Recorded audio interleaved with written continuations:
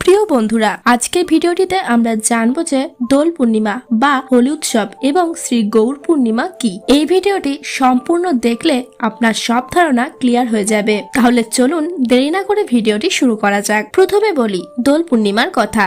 আজ থেকে প্রায় 5000 বছর আগে বৃন্দাবন লীলায় ব্রজবাসীগণ পরমেশ্বর ভগবান শ্রীকৃষ্ণ এবং তার অন্তরঙ্গা শক্তি রাধা রানীকে একত্রে পেয়ে সীমাহীন আনন্দে উদ্বেলিত হয়ে তাদের চরণে আবির ঢেলে রঞ্জিত করে দেয়। ভগবান শ্রীকৃষ্ণ এবং রাধারানীও এই আনন্দ উৎসবে মেতে ওঠেন। কিন্তু ওই দিনটি ছিল ফাল্গুন মাসের পূর্ণিমার তিথি। ওই দিনটিতে এতটাই আনন্দ উৎসব হয় যে পরবর্তীতে বৃন্দাবনবাসীরা আর ওই দিনটিকে ভুলতে পারেননি, যা আজও মানুষ পালন করে চলেছে। এই দিন ভগবান শ্রীকৃষ্ণ আর রাধারানীকে বৃন্দাবনবাসীরা প্রেমানন্দে দোলনায় দোল দিয়েছিল বলে এই উৎসবটিকে দোল উৎসব বলা হয়। আর ফাল্গুন মাসের এই পূর্ণিমাকে বলা হয় দোল পূর্ণিমা। এই উৎসবটি পরবর্তীতে সমগ্র ভারতবর্ষে ছড়িয়ে পড়ে। এই উৎসবটির পরে হোলি নামে খ্যাতি পায়। ধরে নেওয়া হয় অত্যাচারী রাজার হিরণ্যকশিপুর দানবীবন হোলিকা থেকে এই নামের উৎপত্তি। সকল প্রকার দানবের ধ্বংসযজ্ঞের বিরুদ্ধে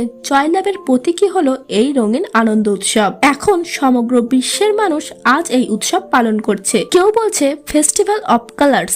এবার আসি গৌর পূর্ণিমার কথায়। শ্রী গৌর সুন্দর হলেন কলিযুগের সাক্ষাৎ কৃষ্ণ অবতার। কলির অধপতিত জীবদের করুণা করতে তিনি আবির্ভূত হলেন শ্রীধাম নবদ্বীপে। কিন্তু সবাইকে অবাক করে তিনি বেছে নিলেন ইংরেজি 1486 সালের ফাল্গুন মাসের এই পূর্ণিমা তিথি তথা দোল পূর্ণিমার এই পুণ্যতিথিকে যেন আনন্দ উৎসবে এক নতুন মাত্রা যোগ করলেন। আর সবচেয়ে অবাক করা বিষয়টি হচ্ছে ওই দিন সন্ধ্যায় মহাপ্রভুর আবির্ভাবের সময় হঠাৎ করে চন্দ্রগ্রহণ শুরু হয়ে যায়, অর্থাৎ পূর্ণিমার মাঝে চন্দ্রগ্রহণ, যাকে বলা হয় এক্লিপস অফ ফুল মুন, যা জ্যোতির্বিজ্ঞানের ইতিহাসে অত্যন্ত বিরল একটি সন্ধিক্ষণ। শত বছরে 1-2 বার খুবই অল্প সময়ের জন্য এই সন্ধিক্ষণগুলো আসে। তাই মহাপ্রভুর জন্মের এই সময়কে বলা হয় অসপিসেস বা শুভ সময়। এই রহস্যময় সময়ে দিক বিদিক আলো করে তুলতে উলুধ্বনি আর শঙ্খনাদের গর্জনে সতীমাতা আর জগন্নাথ মিশ্রের ঘরে